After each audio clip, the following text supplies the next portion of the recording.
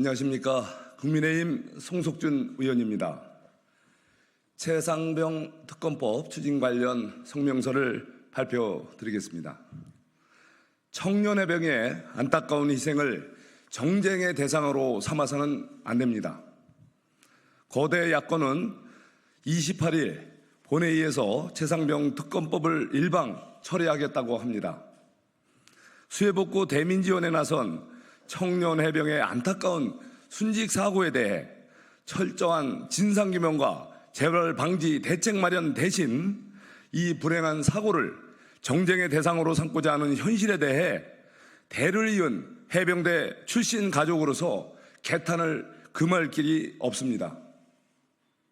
무엇보다도 우선 철저한 수사를 통해 책임 소재를 명확히 밝히고 엄정한 처벌과 함께 재발 방지 방안을 마련해야 합니다. 야권이 무리하게 재의결을 하겠다는 최상병 특검법 추진은 대한민국의 권력분리 원칙과 사법 시스템을 근본적으로 와해시키게 될 것입니다. 또한 국가안보의 최전선에서 대한민국을 수호하고 있는 무적 해병대의 근간을 흔들고 있습니다. 특히 이번 최상병 특검법 추진은 다음과 같은 이유에서 즉시 중단되어야 합니다. 첫째, 최상병 특검법은 민주당의 일방적 입법 독주로 처리된 법안으로 협의와 타협이라는 의회 민주주의와 입법, 행정부 간 권력 분립을 무너뜨리는 법안입니다. 헌법상 특별검사 임명은 행정부의 수반인 대통령에게 있음에도 불구하고 민주당은 이번 특검법에서 여야 합의 없이 민주당에게만 특별검사 후보 추천권을 부여하여 사실상 특별검사 임명권을 자신들이 독점하겠다고 합니다. 이것이야말로 다수 의석으로 국회를 장악한 민주당이 이제는 행정권까지 자지우지하겠다는 것으로 이래서 대통령께서 제2요구권을 행사한 것 아니겠습니까? 둘째, 최상병 특검법은 경찰과 공수처의 수사가 마무리도 되기 전에 특검을 하자는 것으로 우리 헌정사에 유례가 없는 나쁜 시도입니다.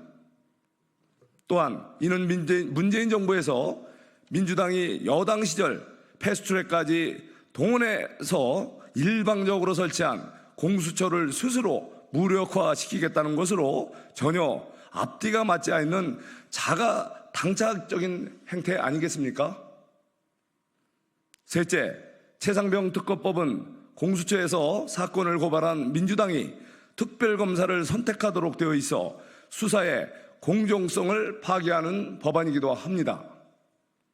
즉, 고발인이 사실상 자기 입맛에 맞는 검사를 고르겠다는 것으로 이렇게 되면 수사의 객관성과 중립성이 침해되어 사법 시스템의 공정성이 근본적으로 파괴되는 것 아닙니까?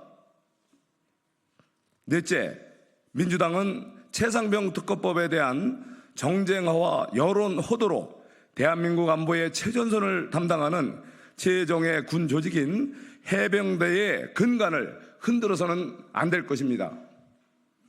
민주당이 최상병 순직 사고를 정략적으로 이용하면서 일부 장교의 항명 등 군의 지휘명령 체계가 크게 훼손되고 있고 연이은 고위 지휘관 소환 조사 등으로 최정예 해병대 장병들의 사기 또한 급격히 저하되고 있는 것이 현실입니다. 극도로 불안정해진 국내 안보 정세 속에서 대한민국 안보의 최전선에 서 있는 해병대마저 정쟁의 소용돌이에 빠지게 된다면 국가 안보는 심각한 위험에 처하게 될 것입니다. 우리 해병대가 정쟁의 늪에서 벗어나 오로지 영토 수호와 국민의 생명 및 재산을 지키는 데 전념할 수 있도록 최상병 순직 사고의 정쟁화를 즉시 중단해야 할 것입니다. 공수처 등 수사기관과 관계 당국에게도 강력히 요구합니다. 최상병 순직 사고 관련 수사를 공정하고도 엄정하게 그리고 신속하게 진행하여 한 점의 국민적 의혹도 남지 않도록 해야 할 것입니다. 그리고 수사 결과에 따라 책임 소재가 명확히 밝혀진다면 엄중히 책임을 묻고 처벌할 것을 강력히 요구합니다. 민주당 등 거대 야권에게도 촉구합니다. 더 이상 최상병 순직 사고를 정략적으로 이용하려 하지 말고 책임자 처벌과 재발 방지 대책 마련에 적극 협조해 주실 것을 간곡히 요청합니다.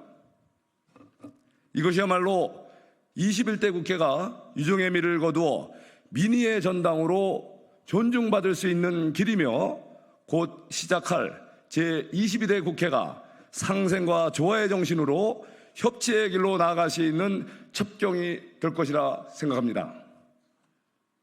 2024년 5월 27일 국회의원 송석준.